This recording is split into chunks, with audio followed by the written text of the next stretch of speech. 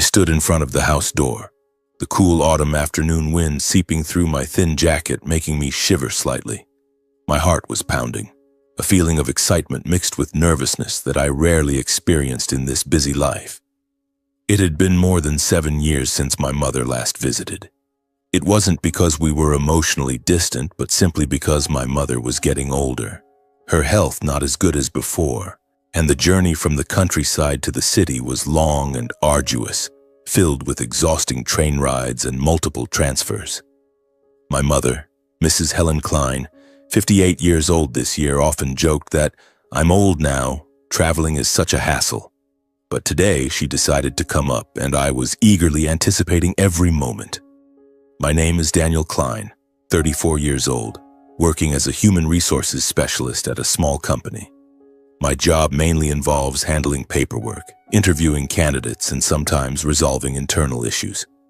It's not a glamorous job, but it's stable, enough for me to afford this small house. Today, I had taken the whole day off to prepare. I woke up at the crack of dawn, cleaned the house spotless, vacuumed every corner, and even changed the bed sheets in the guest room reserved for my mother. I bought a bouquet of fresh yellow chrysanthemums and placed them on the dining table, hoping to surprise her. These small tasks made me feel warm inside, as if I were making up for the years of separation. My mother had raised me single-handedly, and now that she was older, I wanted her to know that her son still cherished her deeply. While standing outside waiting, I couldn't remember how many times I had checked my watch. My mother's taxi should have arrived by now. I paced back and forth, trying to suppress my impatience. Suddenly, I heard a call from the other side of the fence. "Daniel, hello there." A warm, familiar voice rang out. I turned around, and there he was, Mr. Robert Klein, my neighbor for the past 5 years. He was 62 years old, tall and slender with neatly combed silver hair, appearing with his usual calm demeanor. He lived alone in the house next door, quiet but always polite. Over all these years, our interactions had been mostly casual, like helping each other fix plumbing or sharing a few apples from the backyard. He had never caused any trouble, and I considered him a kind-hearted neighbor. "Hello, Mr. Robert," I replied, smiling politely over the low wooden fence. We started our usual brief conversation. "The weather today is nice, isn't it? The rain all last week drove me crazy." He nodded, smiling lightly. "Yes, it is nice. How have you been lately? Work still going well?" I briefly mentioned the new project at the company about having to handle a pile of recruitment files. He listened, nodding occasionally, then talked about the history book he was reading. Ordinary stories, nothing profound, but enough to maintain a smooth, neighborly relationship. I liked the way he talked, slowly, never interrupting. Then he asked, his voice curious mixed with cheerfulness, "You seem more eager than usual today, don't you? Anything special?" I smiled, not hiding it. "Yes, my mother is coming to visit. She's coming from the countryside. It's been a long time since we met." As soon as the words left my mouth, I saw him pause, just for a split second, but enough for me to notice the change. His eyes quickly scanned my face as if searching for something familiar. Then he swiftly regained his composure, smiling congratulatorily. "Oh, is that so? Congratulations. The next few days will surely be enjoyable." His voice was still warm, but I vaguely felt something odd, like a discordant note in a familiar symphony. Why did he pause like that? Or was it just my imagination? At that moment, the sound of a taxi horn echoed from the end of the street, interrupting the conversation. I turned around abruptly, my heart pounding with joy. The car stopped right in front of the gate, and my mother stepped out. Mrs. Helen, with her silver hair neatly bunched at the back of her head, wearing her familiar knitted coat hugging her body, looked tired from the long journey, but her eyes lit up when she saw me. I rushed out, joy overflowing like a child receiving a gift. We hugged each other tightly, the embrace lasting longer than usual, as if compensating for the 7 years apart. I felt her warmth, the familiar scent of homemade soap mixed with a hint of train travel. "It's been 7 years since we last met. I miss you so much, Mom," I whispered in her ear. She patted my back gently, her voice trembling. "Me too, son. I miss you so much too." I invited my mother into the house first, telling her to rest while I handled the luggage. She nodded, giving a tired smile, then pulled her small suitcase across the yard. I went back to the car carrying the remaining bags, lost in random thoughts. But as I followed behind, I suddenly noticed that my mother had stopped. She stood frozen in the middle of the yard, motionless, her eyes locked on the fence separating the two houses, as if she had just seen something that made the entire world around her slow down. On the other side of the fence, Mr. Robert was still standing there. He looked over, perhaps unintentionally, but when he met my mother's gaze, he flinched slightly, his shoulders trembling. Just for a brief moment, then he smiled a friendly greeting, just like how he had always interacted with me over the 5 years. "Hello, ma'am. Nice to meet you." His voice was polite, without a hint of awkwardness. But my mother, oh my God, her reaction was completely the opposite. Her face turned visibly pale, as if all the blood had drained from her skin, leaving a frighteningly white pallor. The features on her face became tense, her eyes wide open in shock and, I was sure, fear. Her hand gripped the bag handle so tightly that her knuckles turned white, trembling like autumn leaves in the wind. She didn't respond, not a single gesture, not even glancing back. Instead, she turned and hurried into the house, her steps quick as if running, as if she didn't want to stand there for even one more second under that gaze. I heard her hurried footsteps on the wooden floor, then the door slammed shut, echoing in the quiet air. Mr. Robert stood silently by the fence, his smile gradually fading from his face. His eyes darkened, as if sinking into a deep sadness or perhaps regret. I wasn't sure. I followed behind, witnessing the entire scene, my heart filled with confusion and worry. What was happening? I looked after my mother's figure disappearing behind the door, my heart pounding harder than ever. Then I turned to the fence, looking at Mr. Robert. He was still standing there, but now he looked older, more tired. For the first time, I felt that between my mother and this familiar neighbor, there existed an unusual connection, a secret that I completely didn't understand. Why was my mother so afraid of him? Had they known each other before? Or was it just an illusion? I took a deep breath, trying to calm myself, then stepped into the house. As soon as the door closed, I saw my mother slump down onto the sofa in the living room. She leaned back indifferently against the cushions, her eyes vacant, as if she had just experienced a major shock, as though her soul was lost somewhere far away. Her face was still pale, her lips pursed tightly, and I could see her shoulders trembling slightly. I called out to her, my voice full of worry, quickly stepping to her side, but she didn't react. I called her again, still silence. My heart tightened. I knelt down in front of her, holding her hand. "Mom, what's wrong with you?" It wasn't until the third time that she startled back to her senses, her eyes blinking as if waking from a dream, then looking up at me. "Oh, son, I'm fine. Probably just a bit tired." But her voice lacked conviction, trembling as if trying to hide something. In response to my barrage of questions, "What happened in the yard, Mom? Why did you react like that? Did Mr. Robert do something?" She just shook her head vigorously, trying to appear normal. "It's nothing, son.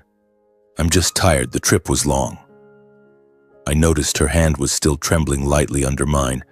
Her complexion hadn't recovered at all, still as white as a sheet. A feeling of unease began to spread in my heart, like a cold stream seeping gradually through my skin. My mother had never been like this. She was a strong person, having single-handedly overcome so many difficulties to raise me. Why was she so weak now? I forced myself to set the questions aside for the moment, not wanting to tire her further. "All right, Mom, rest. I'll bring the luggage to your room."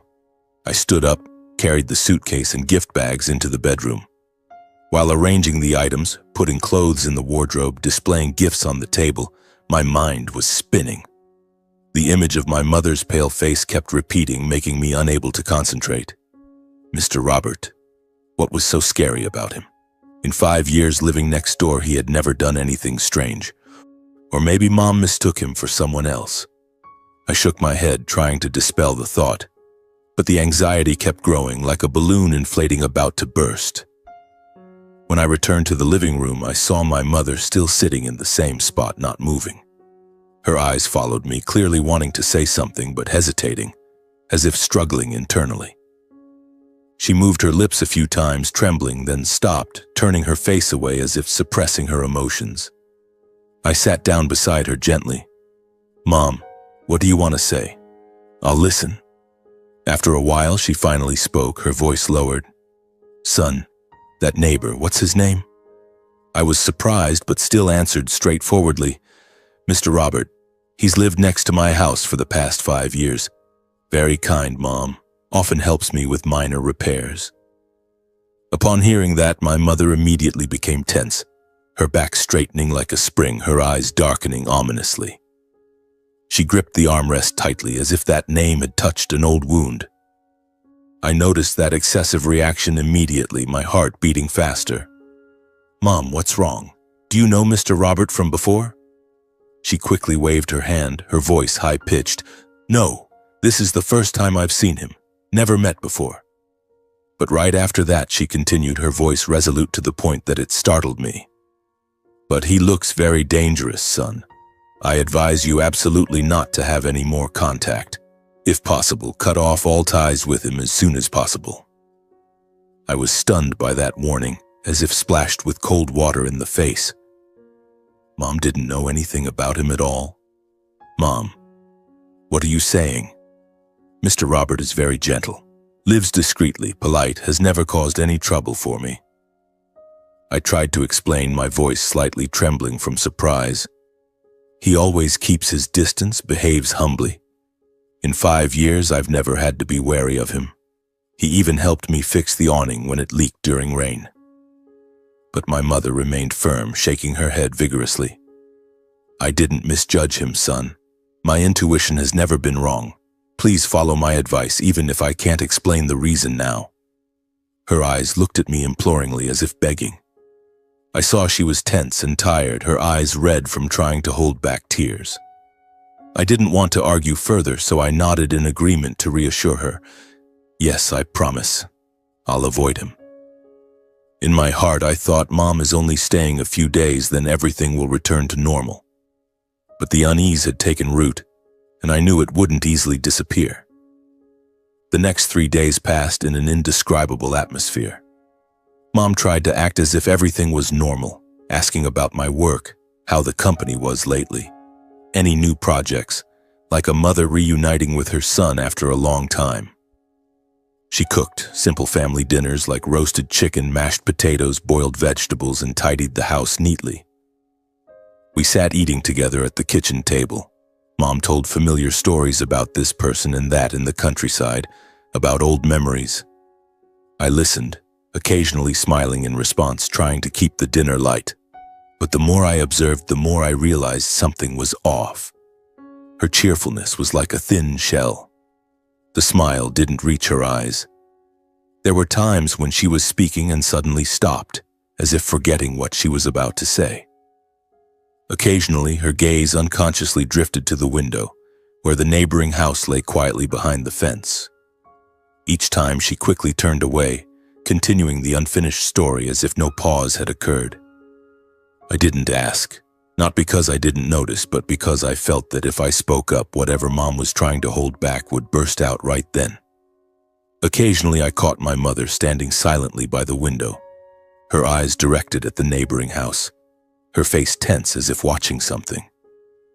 Then when I entered the room, she quickly turned away, pretending to dust the furniture.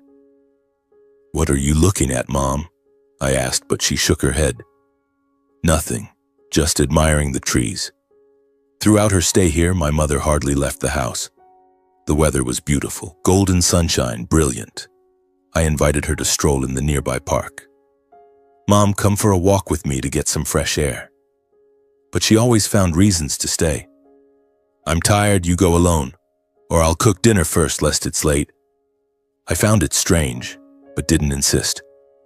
The anxiety in me kept accumulating. Every time I looked at the fence, I thought about Mr. Robert. He was still as usual, watering plants or reading books in the yard. But now I avoided greeting him, following Mom's advice.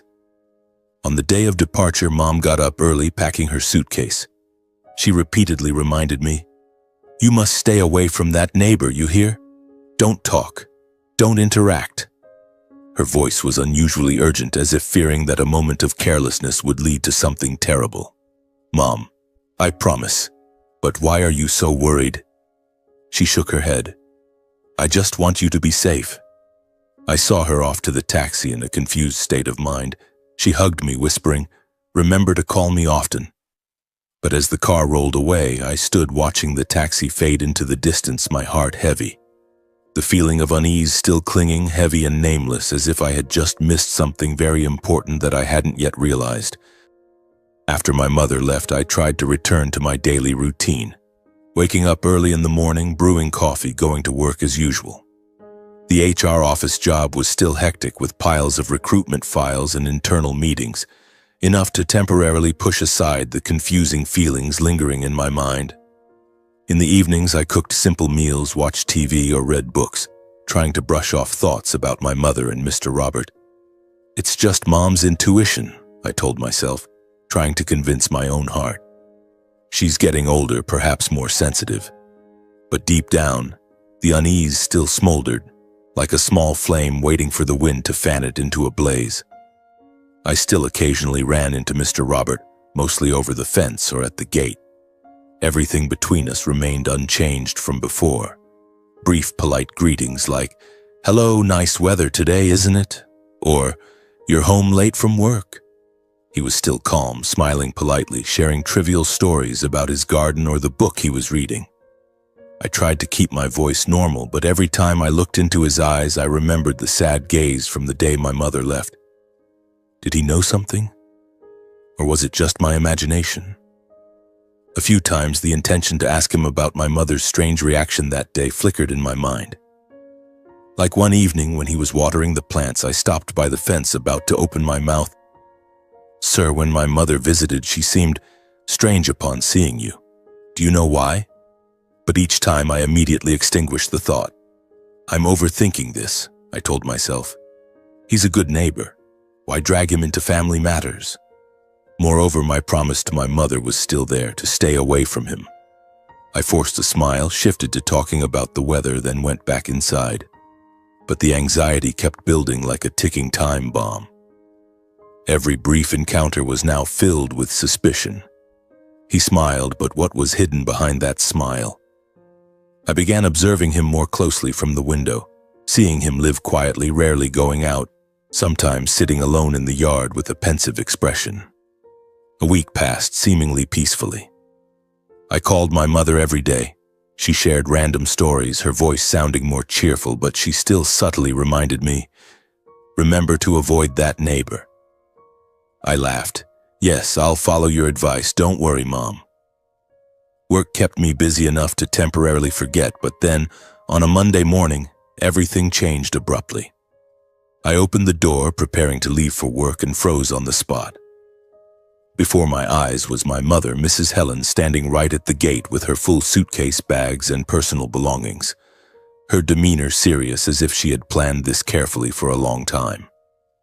She wore her familiar knitted coat, her silver hair neatly bunched, but her face was resolute, without a trace of fatigue. I was so surprised that I couldn't react immediately, my mouth agape, heart pounding. I couldn't understand why Mom had returned so soon, just a week after leaving. Before I could ask, she proactively stepped forward, her voice calm. "Son, I've decided to move up here to live with you. I want to take care of the house and look after you better. It's lonely living alone in the countryside." I was stunned, standing motionless like a statue. Previously, I had suggested many times that she move in with me, but she always refused. "I'm used to the countryside. The city has too many inconveniences." Why had she changed so suddenly now? The events unfolded too quickly, leaving me confused, my mind spinning. But seeing the determination on her face, her eyes without a hint of hesitation, I didn't probe for reasons. I simply nodded, helped her carry the belongings inside, and quickly rearranged the bedroom for her, changing the sheets, clearing the wardrobe. In the first few days, the two of us lived together quite peacefully, carrying on like a normal family. Mom prepared breakfast, familiar dishes like fried eggs with toasted bread or fragrant chicken soup. She cleaned the house thoroughly, asked about my work. How were the meetings today? Are you tired? I answered, smiling happily, trying to create a warm atmosphere. In the evenings, we had dinner together, watched TV. She told old stories about my childhood. I reassured myself, perhaps Mom just wants to be closer to me after years apart. She's older now, lonely in the countryside. The unease from the previous week gradually subsided, replaced by a feeling of warmth. But deep down, I still sensed something wasn't right. Mom rarely smiled genuinely, and her eyes sometimes looked distant. Until one afternoon, coming home from work, everything exploded. I stepped into the yard, exhausted after a long day of meetings, and stopped dead in my tracks.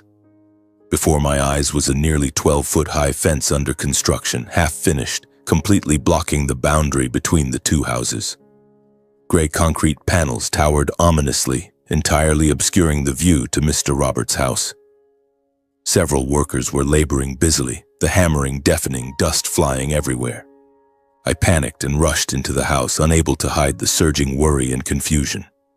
My heart pounding, I burst into the kitchen where Mom was standing. "Mom, what's happening in the yard? The wall? Why are you building such a high wall?" Mom calmly turned around, her voice even as if nothing was amiss. "I need a quieter space, son. Our house needs more privacy." I couldn't comprehend that reason, shaking my head vigorously. But the wall is only being built on the side adjacent to Mr. Roberts' house. Why? Nothing like this has ever been an issue before? I pressed further, my voice trembling with anger and concern. "Are you hiding something from me, Mom? Does it have to do with him?" But Mom offered no further explanation, just repeating, "It's necessary. I'm doing it for your own good." I realized I had no strong enough reason to object. Everything was handled by her, the expenses paid by her, the workers hired by her. Helpless, I silently watched the wall gradually take shape through the window. The concrete panels stacked high, soaring upward, completely blocking the neighboring house.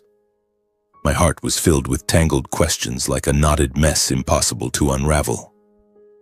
For the first time, I felt that my mother was concealing something far more serious than what she had let on. Initial intuition? No, this was a decisive action, as if she were building a fortress to defend against an enemy. Mr. Robert, what had he done to my mother? Or was this secret bigger than I imagined? The next morning, I tried to push my questions aside. Work at the office was piling up, and I didn't want family matters to affect it. But on the way to work, I still thought about Mr. Robert. What would he think of that towering wall? It was like a silent declaration of war. In the afternoon, when I got home, I decided to take the initiative and ask him. I stepped into the yard, looking at the half-finished wall. There were still a few gaps large enough for me to call through. "Mr. Robert, I have something to talk about," I called, my voice slightly unsteady from nervousness. He appeared on the other side, his familiar tall and slender figure, silver hair under the afternoon sun. "Hello, Daniel. What's the matter?" I took a deep breath, trying to keep my voice calm. "About the new wall. My mother had it built. You're not bothered by it, are you?" He looked at me for a moment, then smiled, his tone strangely composed. "It's fine, son. Let Mrs. Helen do whatever she wants. I understand."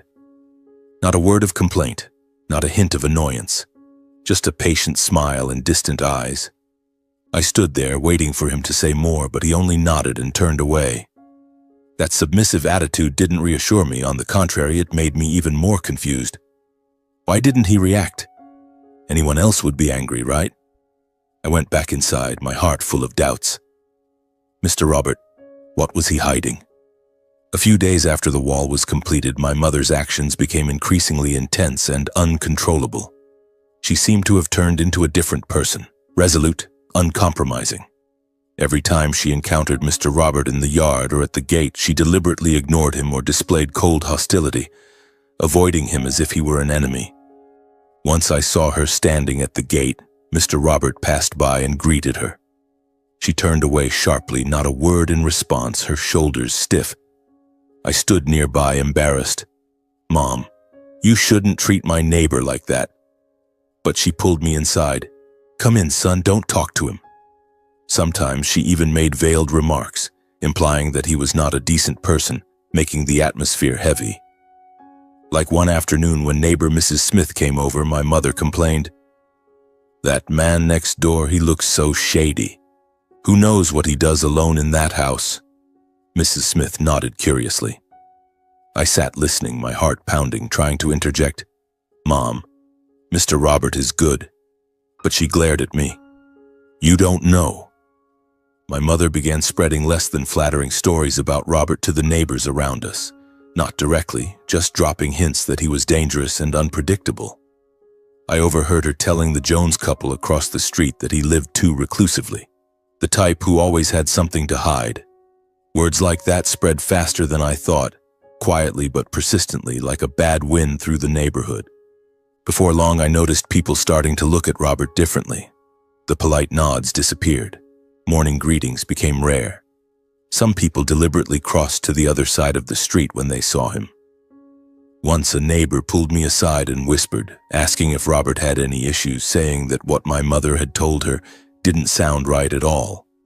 I stood there, not knowing how to respond, only feeling a simmering discomfort rising in my chest. I had to step in multiple times to explain and reassure everyone. "No, Mr. Robert is just private. He doesn't cause any trouble." But my words were like the wind. The rumors had spread, turning Robert into someone to be wary of in the neighborhood. He still went to the market, watered his plants, but now people avoided him. I felt sorry for him, but I didn't dare say anything to my mother. It didn't stop there. My mother continually found excuses to make things difficult whenever she had direct contact with Robert.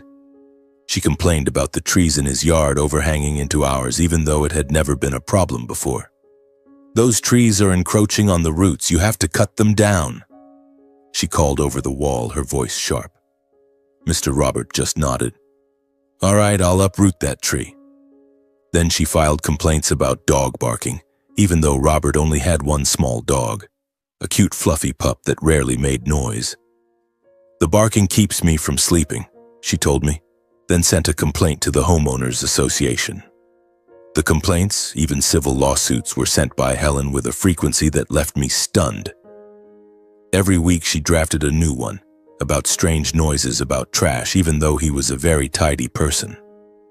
I advised her many times to stop. "Mom, this is going too far. He hasn't done anything wrong." My voice trembled with worry. Helen replied, her eyes cold and sharp.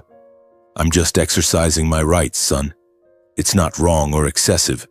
Don't interfere." I ran out of words to question her and fell silent, but what surprised me most was Robert's reaction to all of it. He never argued back, never disputed, never tried to clear his name with the neighbors. When he received the complaints, he just read them quietly and complied. He silently cut down the trees accused of encroaching, even though they had been there for years. The apple trees he had planted himself. I heard the sound of the saw echoing over the wall, my heart tightening. He had someone take the dog away, accepting a life alone in a house emptier than ever. No more cheerful barking, only silence. Every time my mother confronted or criticized him, those times she called him to the gate to talk, Robert just listened, nodded, and smiled. The look in his eyes toward her held no irritation or resentment, but something like affection mixed with regret. Like one time when Mom shouted over the fence, "Don't make noise anymore." He stood there, his voice gentle. "I'm sorry, ma'am." No excuses, no arguing. That very patience seemed to make Helen even angrier, her attitude growing more aggressive. The demands and actions targeted at Robert became more relentless, as if she wanted to push him to his limit. She sent more complaints, called homeowners association meetings, even threatened to take him to court for invasion of privacy. I stood in the middle, witnessing it all with growing bewilderment. I couldn't understand why Robert was always so yielding, accepting every unreasonable demand. Why didn't he get angry? Why didn't he defend himself? Nor could I understand why my mother hated him so much that she wouldn't let go. The unanswered questions began to pile up, signaling a major secret buried between these two people. The tension simmered on like that week after week. I tried to maintain a normal routine, morning coffee, work, evening TV, but the unease kept gnawing at me. Mr. Robert looked increasingly weary. His posture grew more stooped, his silver hair disheveled. I felt sorry for him, living alone, now shunned by the neighbors because of my mother's rumors. One Saturday afternoon, with a light drizzle falling, I decided to do something. I cooked a pot of hot chicken soup, the dish he had once praised when I shared some before, thinking that since he lived alone for so long and had looked tired lately, he might need a bit of warmth. It's just being neighborly, I told myself, trying to push my mother's words aside. I carefully packed the soup, stepped into the yard, my heart beating a little faster from nervousness. The high wall blocked the direct path, so I had to go around to the front gate and over to his house. I knocked on the door, the sound echoing in the damp air. No answer. I knocked again, still silence. A sudden feeling of unease rose like a cold stream running down my spine. I called out to Mr. Robert, my voice slightly trembling, but there was no response. The door was unlocked. I hesitated for a second, then pushed it open and stepped inside, not out of curiosity, but genuine worry. The house was clean but empty, filled with the scent of old books mixed with an air of loneliness. I walked into the kitchen and froze on the spot. Mr. Robert was lying motionless on the floor, his body tilted awkwardly, one arm still reaching toward the table as if trying to grasp something. His face was pale, eyes half closed, breathing faint and labored. My heart pounded wildly, panic overwhelming me. "Mr. Robert, what's happened to you? Wake up!" I rushed over, kneeling down to check on him. He was still breathing, but very weakly. His consciousness was almost gone. He didn't respond when I shook him and called out. I immediately pulled out my phone and dialed 911, my voice frantic. "Someone has collapsed, possibly a stroke. He's lying motionless, breathing very weakly. The address is 124 Elm Street, Portland. Please come quickly." I described his condition urgently, providing the address and requesting emergency help. My mind was spinning. How could this happen? He lived alone. If I hadn't come over? Just minutes later, the sound of ambulance sirens pierced the street, cutting through my chaotic thoughts. Paramedics rushed in, quickly providing first aid, checking pulse, breathing, administering injections. They lifted him onto a stretcher and fitted an oxygen mask. Uneasy, I followed the ambulance to the hospital in a state of turmoil. Sitting in the vehicle, watching him lie motionless, I felt a deep sense of guilt. 5 years as neighbors, he had been good to me, and now this. What would Mom think? I called her from the ambulance. "Mom, Mr. Robert had a stroke. I'm taking him to the hospital." Her voice was silent for a moment, then she simply said, "Be careful, son." At the hospital, Robert was rushed straight into the emergency room. Doctors worked urgently, scans, IV fluids, cardiac monitoring. I sat in the hallway waiting tensely, my hands clenched around my phone. Every minute felt like hours. Finally, the doctor emerged, his voice grave. "He suffered a severe stroke due to a cerebral blood clot. He's past the initial critical phase, but his condition is still very dangerous. Complications could arise at any time. Paralysis, heart failure, or worse." I nodded, my heart heavy. "Can I visit him?" The doctor agreed but warned, "Yes, but please keep it quiet." In the days that followed, knowing he lived alone, I stayed at the hospital, keeping vigil outside his room and handling necessary tasks even though I wasn't legally family. I bought water, washcloths, and even contacted the homeowners association to secure his house. Each time I visited, seeing Robert lying in the hospital bed, noticeably thinner, wrinkled skin, sunken eyes, my feelings of guilt and pity grew stronger. He gradually regained consciousness but was very weak, speaking haltingly. He whispered thanks to me, his voice trembling. I called my mother to update her in detail, unable to hide the worry in my voice. "Mom, he's very weak. The doctor says complications are possible." She was silent for a long time, then said, "Don't get too involved." But her voice sounded strange, not as harsh as before. A few days later, unexpectedly, my mother appeared at the hospital. She walked down the hallway looking tired but determined, her silver hair disheveled, eyes red from lack of sleep. By then, Robert could sit up with effort, speaking slowly but more alert.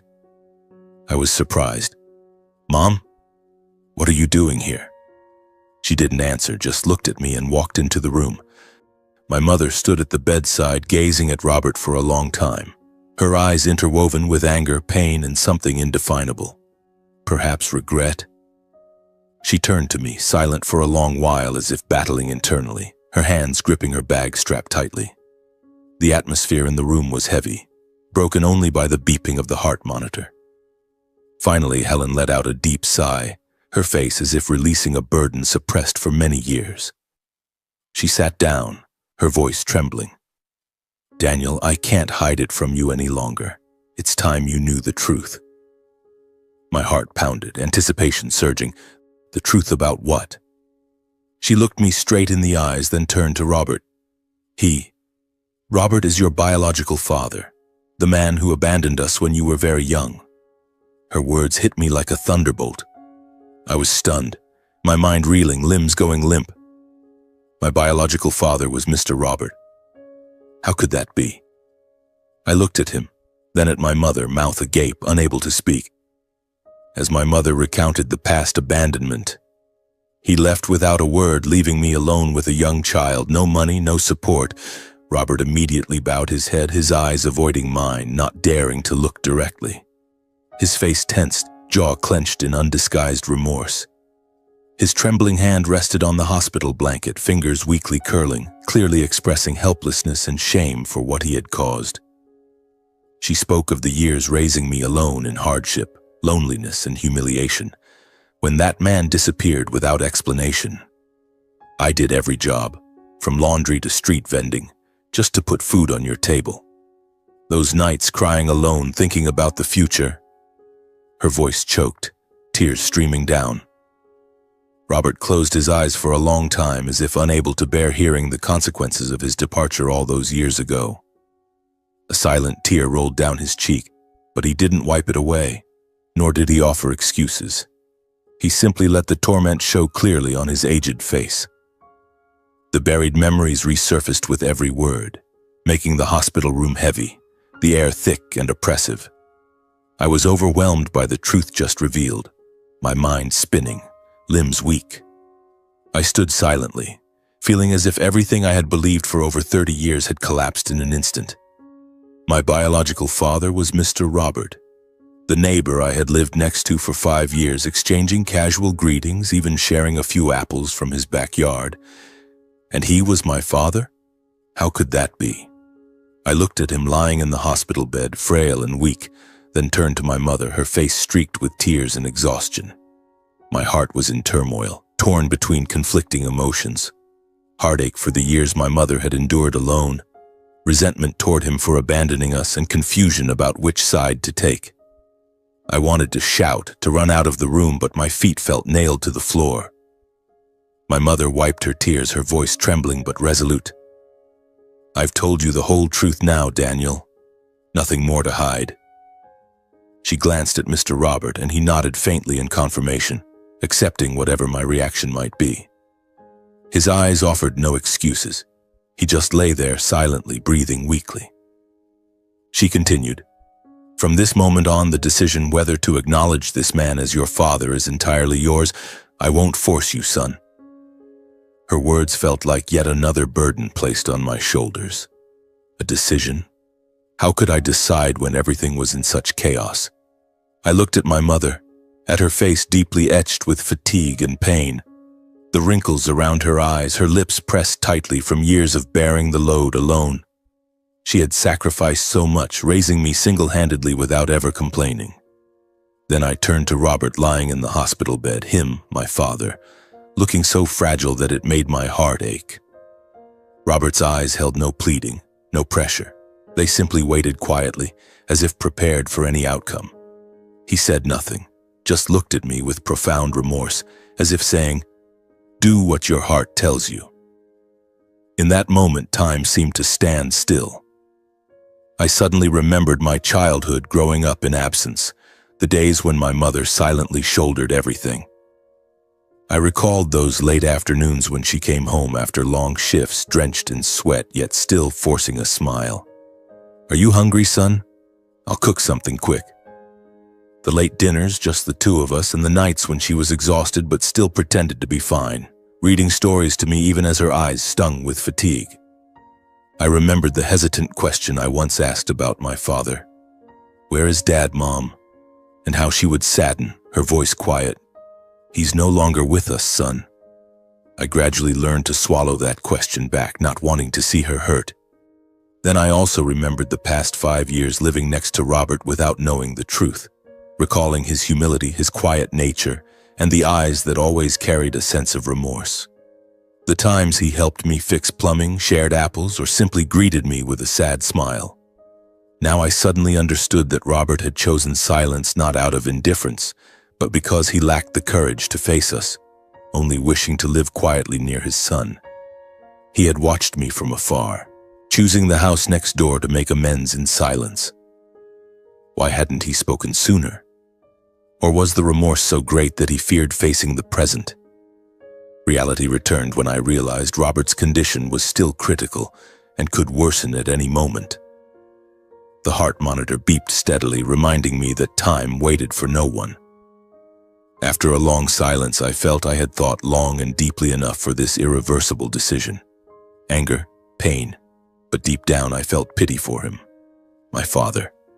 I turned to Robert, nodding slowly and decisively, and uttered the word Dad. It came from the bottom of my heart, awkward but sincere. All the pent-up emotions in Robert seemed to burst. Tears streamed down his aged face, his trembling hand reaching out toward me. My son," he whispered, voice choked with emotion. I stepped closer, embracing him tightly in an awkward yet deeply emotional hug. His warmth spread to me, the hospital smell mixed with his familiar scent of old books in the garden.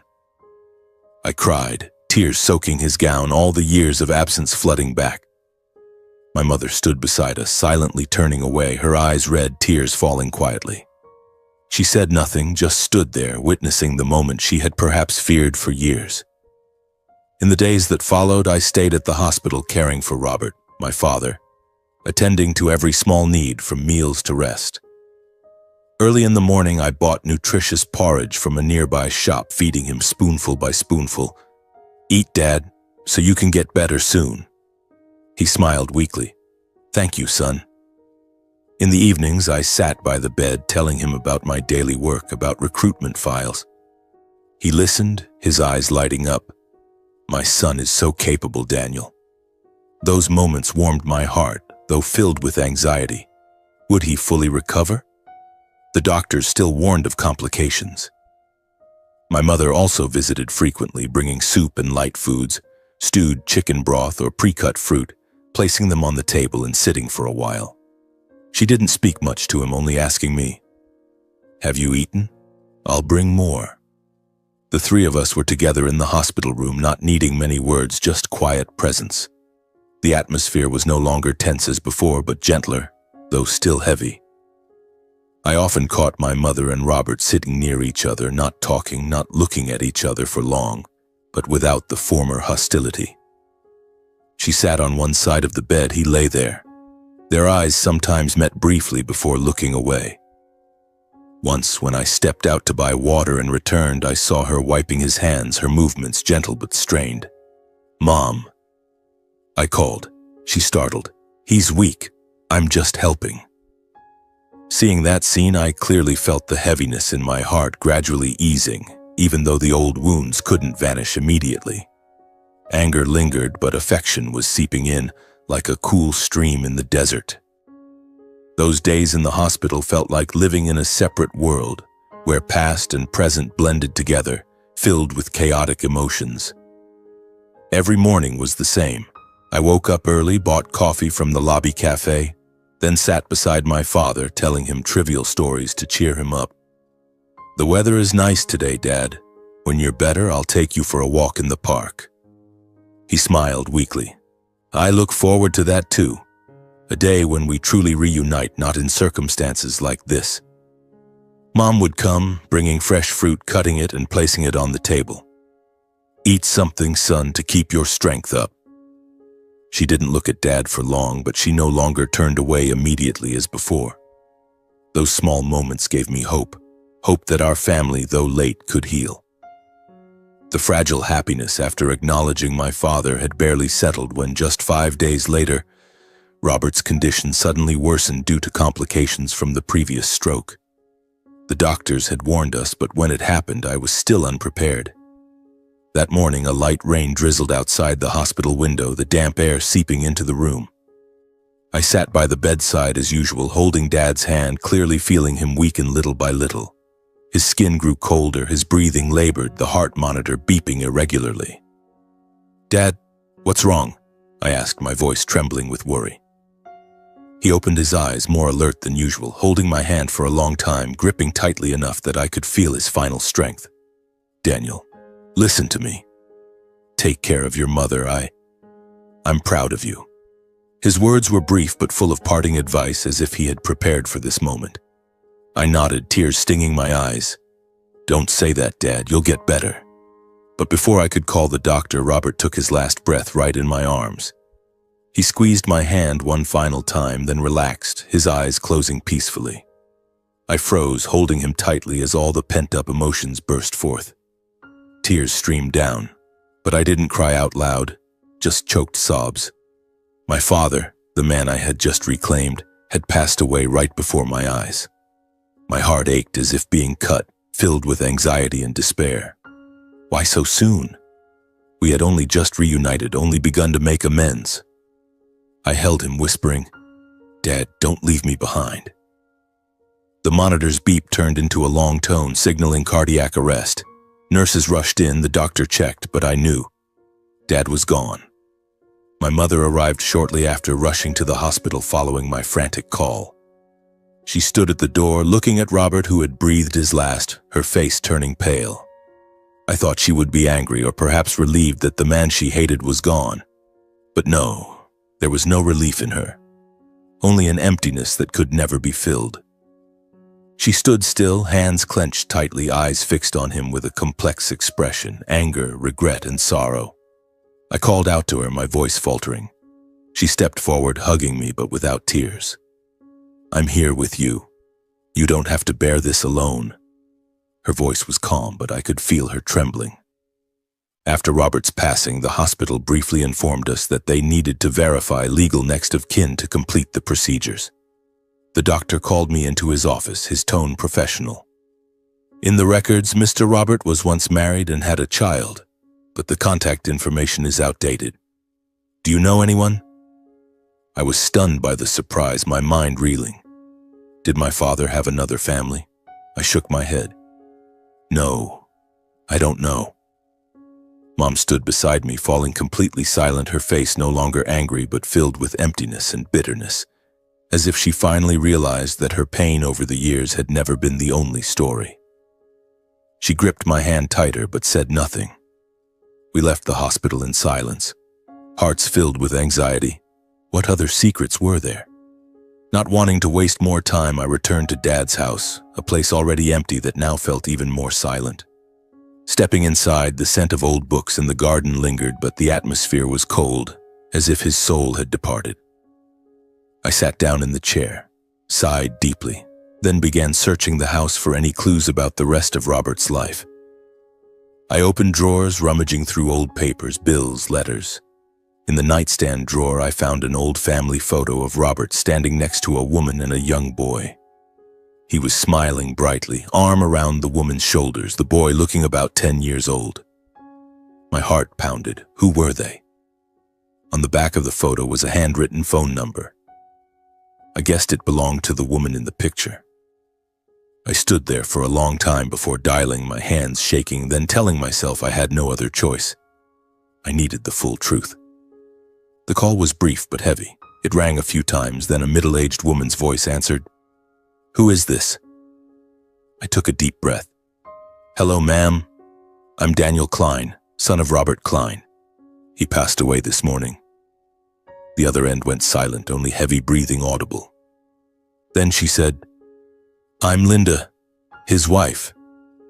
She confirmed she was Linda, Robert's legal wife, currently living with their son in Sacramento, California, and that Robert had left their family exactly 5 years ago.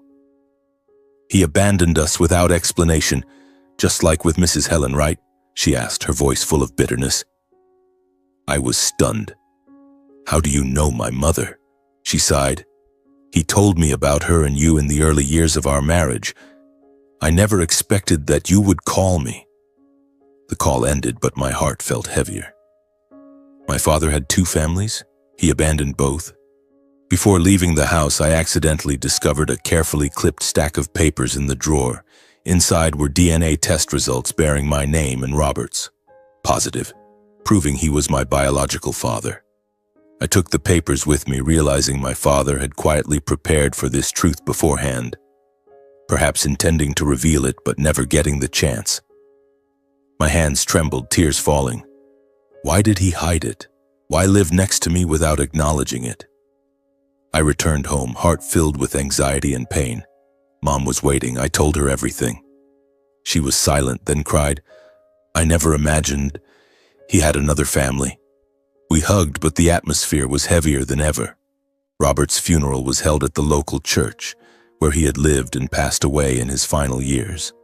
I handled everything, choosing the casket, funeral flowers, notifying neighbors.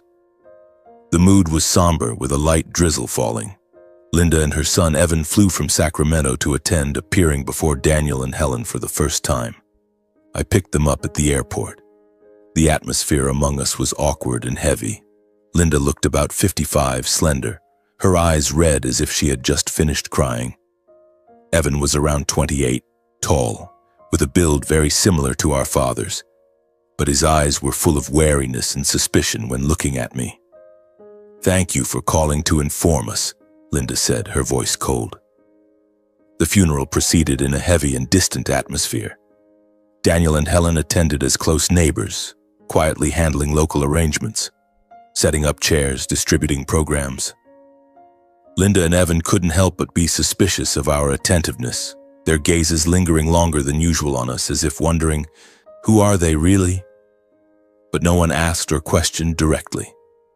My mother remained completely silent, offering no explanations, showing no excessive emotion, as if everything that needed to be said didn't belong in this moment. She stood at a distance, looking at the casket, her face pale. I stood beside her, clearly sensing the silent tension between the 2 sides, but choosing to avoid any confrontational glances. Evan looked at me a few times as if wanting to ask something, but then held back. The funeral ended in heavy silence, each side leaving in separate directions without farewells. Linda and Evan returned to their hotel. We went home. Mom and I left the cemetery with a sense of emptiness and a premonition that the unanswered questions would soon be raised. On the way home, Mom was silent. I drove with my mind spinning. Linda and Evan, my half-brother. Why did Dad abandon them to live next to me? This secret wasn't over yet. Not long after the funeral, about a week later, my mother and I received a call from the lawyer representing Robert. His voice over the phone was professional and detached. Mr. Daniel Klein, this is Attorney James Harlan, representing Mr. Robert Klein. We need you and Mrs. Helen to be present at our office in Portland for the reading of the will. The appointment is tomorrow morning at 10 o'clock. I froze, looking at my mother, who was sitting at the dining table. A will? Dad left a will? Mom turned pale, her hand holding the glass of water, trembling. I didn't know anything about a will. We agreed, but our hearts were filled with anxiety. My father, a man who lived discreetly and alone, had a will? What did he have to leave behind? A company? Assets? And what about Linda and Evan? Were they involved? That night I couldn't sleep, tossing and turning, thinking about the meeting. Mom was the same. I heard her shifting through the wall. My mother and I arrived on time at the lawyer's office in downtown Portland. A modern glass building, but the atmosphere inside was as heavy as a courtroom. We stepped into the conference room and couldn't help but pause when we saw Linda and Evan already there, sitting on the opposite side of the long table. Linda was dressed in black mourning clothes, her face weary but sharp. Evan sat beside her, hands clenched tightly, eyes full of suspicion. Linda's gaze lingered on my mother and me longer than usual, as if she was beginning to realize that the relationship between us and Robert was not as simple as she had thought. Still, no one spoke up directly. Both sides maintained silence, but wariness was evident in every gesture. Evan gripped his mother's hand. I held my mother's tightly. The room's atmosphere charged like electricity. As the lawyer began reading the will, the tension in the room became thicker and heavier than ever. Mr. Harlan, a middle-aged man wearing glasses, spoke in a monotone voice. According to the will drafted and notarized 2 years ago. He read slowly, and each word felt like a bomb exploding. According to the contents, I was confirmed as Robert's biological son, and my mother was explicitly listed as his ex-wife, information presented in legal language that was undeniable. Linda startled, turning sharply toward us. Biological son and ex-wife? Evan gaped, his face flushing red. My heart pounded, anxiety surging. The truth was out. According to the will, I inherited 45% of the company's shares, including controlling voting rights sufficient to manage and direct the business operations. My mother inherited 25% of the company's shares, along with management of a separate financial portfolio including cash, bonds, and a long-term trust account. The will also clearly stated Robert's wish that I become the successor and run the company, viewing it as belated compensation for the years lost. Beyond the shares, I inherited full ownership of intellectual property, patents and trademarks that Robert had built, which had enabled the company's sustainable growth and expansion. A company? My father had a company? I was stunned, looking at my mother. She was equally surprised, her hand covering her mouth. The portion of the estate for Linda and Evan was specified as follows: 20% of the company's shares, insufficient for control, merely as financial shareholders. The villa in Sacramento where they currently lived. 10% of the remaining assets in cash to ensure long-term stability. As soon as the will's contents were fully disclosed, the room seemed to explode. Linda shot up from her chair, her face pale with anger, her voice high and sharp. This is absolutely unacceptable. The will is completely unfair. Why did he leave almost everything to them? Who are they, anyway?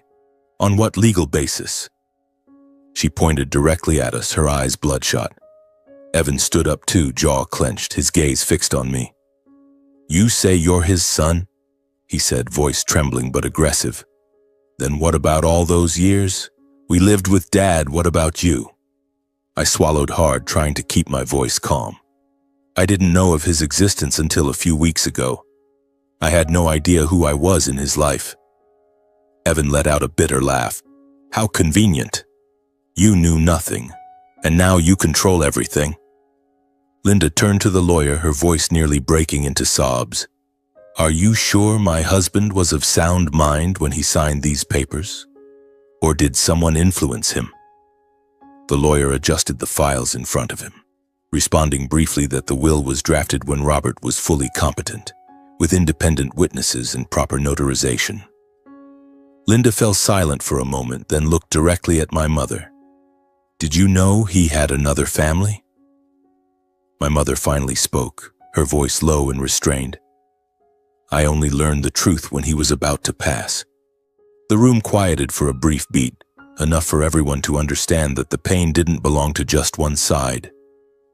Mom gripped my hand tightly under the table. I knew that though this would drag on, this moment had etched itself deeply into all our memories. The lawyer intervened several times, trying to maintain a calm voice. Everyone's emotions are understandable, but the court only considers evidence and legality. Linda whipped around, laughing bitterly. Evidence?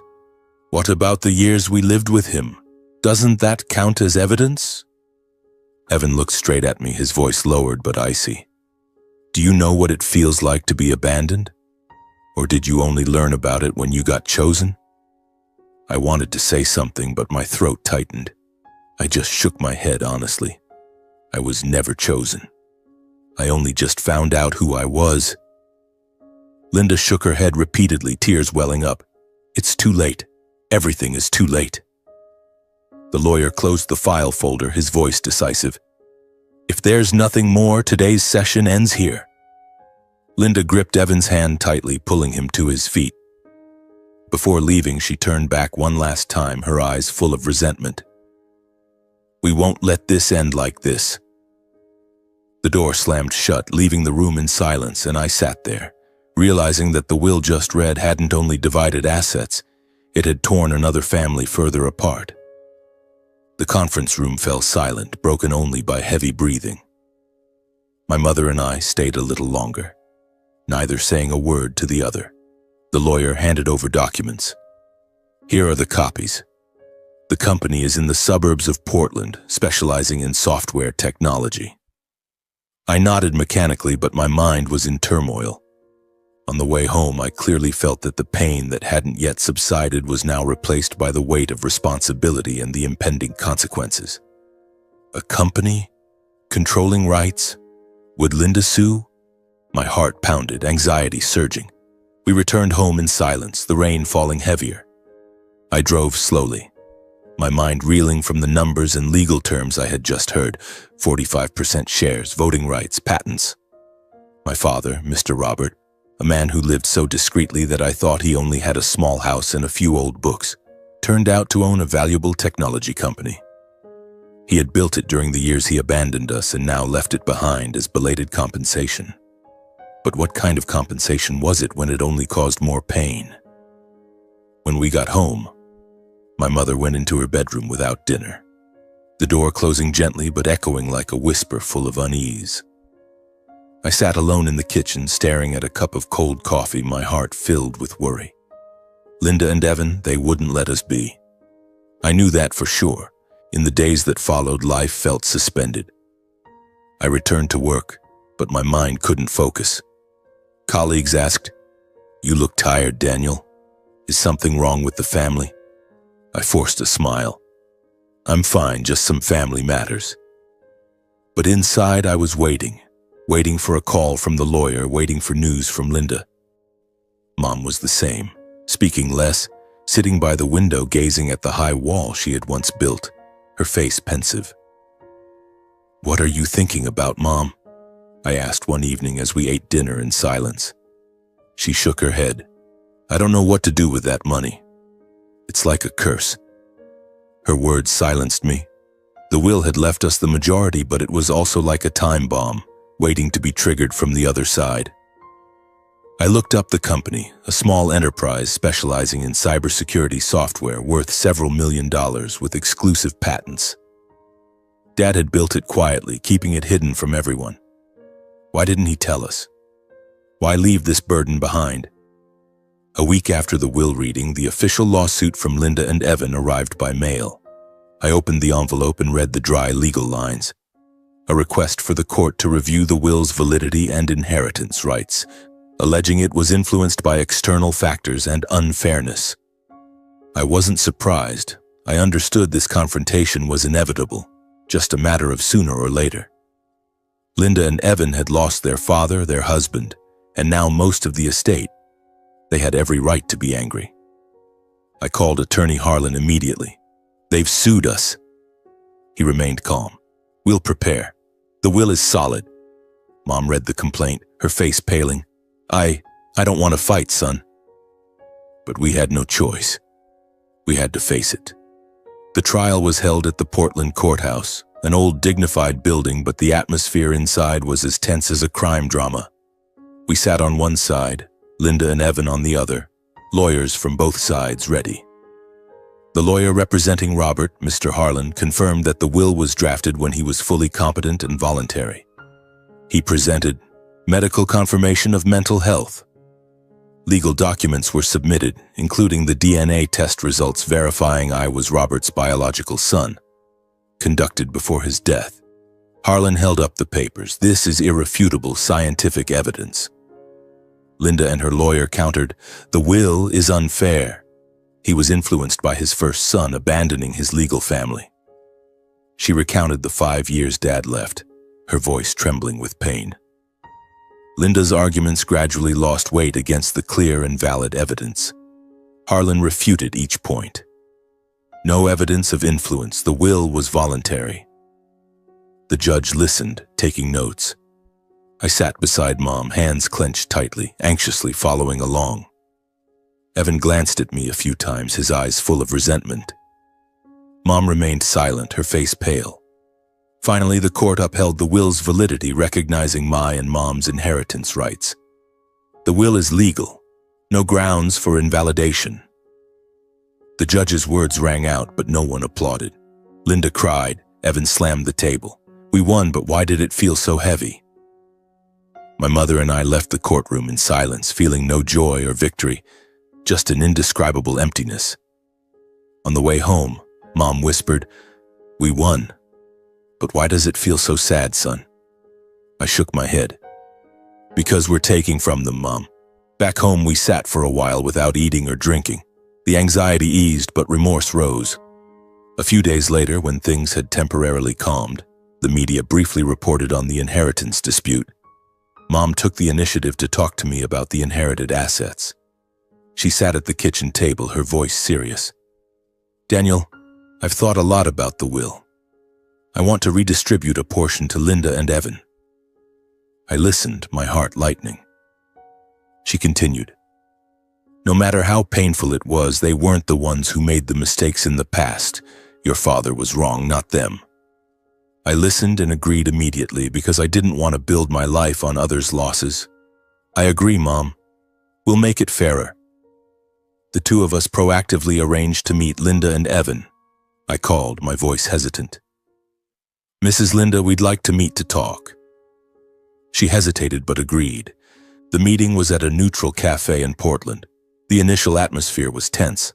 Linda and Evan sat across from us, faces cold. When they heard the proposal to redistribute assets, we offered an additional 15% of shares and a portion of the finances. Linda and Evan were stunned, unable to hide their surprise. "Why would you want to redistribute?" Linda asked, her voice trembling. Evan looked at me. "Why would you do this?" There was no more arguing or resentment. The meeting's atmosphere became quieter and more honest. We talked for a long time, sharing our pain. The two women spoke to each other for the first time with belated apologies, not to erase the past, but to close the hatred. Mom looked at Linda. "I'm sorry for what he did to you. I hurt just like you." Linda cried. "I'm sorry too. He abandoned both of us." Evan and I exchanged glances that were different, no longer confrontational but cautious understanding. "I don't know what to say," I said. Evan nodded. "We brothers both suffered because of Dad." The meeting ended in gentle silence, each side leaving separately. Though it couldn't yet be called reconciliation, a fragile bond had been kindled, opening hope for a less burdensome new beginning. On the way home after that meeting, I drove slowly, letting my mother sit beside me in quiet thought. She gazed out the window, hands tightly gripping her bag strap, but her face was no longer as tense as before. The rain had stopped and the afternoon sun filtered through the clouds, casting golden streaks of light onto the streets of Portland. I clearly felt a sense of relief creeping in, though my heart still held some anxiety. Would Linda and Evan truly accept it? Could we build something from these ashes?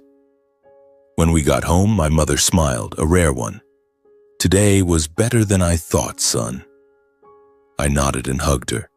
"Yes, Mom. We did the right thing." That night I slept better than I had in days, though dreams still lingered with images of my father. He smiled from afar as if watching over us. After that meeting, life for my mother and me gradually returned to a normal rhythm, free from legal tensions or simmering confrontations. Calls from the lawyer dwindled and the lawsuits became part of the past. We began planning for a new beginning. I quit my old job, the HR specialist position now just a memory, to focus on my father's company. Mom agreed. "Follow his wishes, son. I'll support you." We moved to a new house near Robert's company headquarters as a way to start anew in a place tied to the present and future. The house was more spacious, with a small garden in the back, located in the suburbs of Portland, close to the cybersecurity software company my father had built. We chose it for its convenient location, just a 10-minute drive from the office, and for its peaceful atmosphere with tree-lined streets and friendly neighbors. Moving was an emotional process. I packed our belongings, looking back at the old house with its chaotic memories. The old house, with its high fence separating the two families, was left behind, not demolished but remaining as a silent reminder of the misunderstandings, resentments, and silences of the past. I stood looking at it one last time before handing the keys to the new buyer. The towering gray concrete wall still stood there, blocking the view to the neighboring house. It had once been a symbol of division that my mother built in anger, but now it was just a relic, reminding me of those months filled with anxiety and worry when secrets gradually came to light. "Do you regret that house, son?" Mom asked as we drove away. I shook my head. "No, Mom. That's the past. We need to look forward." She nodded, eyes fixed on the road ahead. I officially took over the management of the company in accordance with my father's wishes, step by step getting accustomed to the new role and its responsibilities. The early days at the company were truly challenging. I walked into the office, meeting the old leadership team, people who had worked with my father.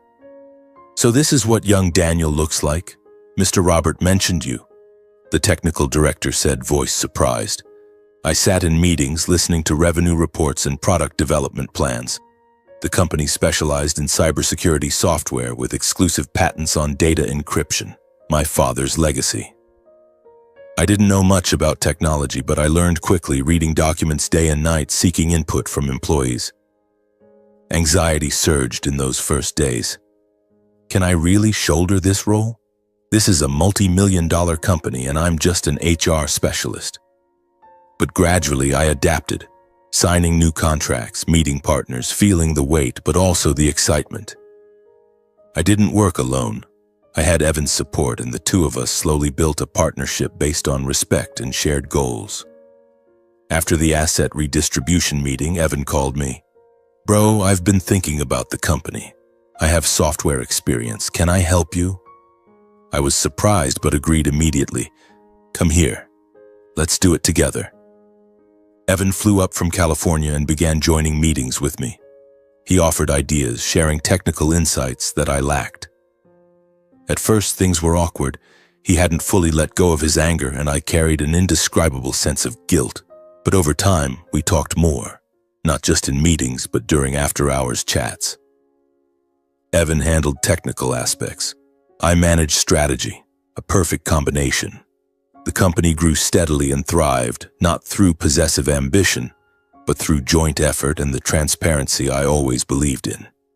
We signed new contracts with major firms, revenue increasing 20% in the first quarter alone.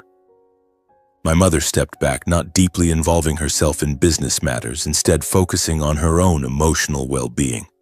She planted flowers in the new garden, read books, and even joined a local yoga class. "I'm getting old. I shouldn't meddle in you kids' affairs." She laughed when I asked for her opinion, but she still supported me, cooking dinner and waiting for me to come home.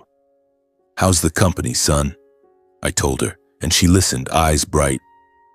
She and Linda occasionally met, no longer in confrontation, just two women who had endured similar wounds, sitting together to chat and listen. It started over the phone. "Mrs. Linda, how have you been?" Then in person when Linda visited Portland. We invited them for dinner. The two women sat apart, sharing past stories. "He once promised me," Linda said. Mom nodded. The same with me. No tears, just calm sharing. I observed from afar, heart warmed but anxious. Had they truly moved past it?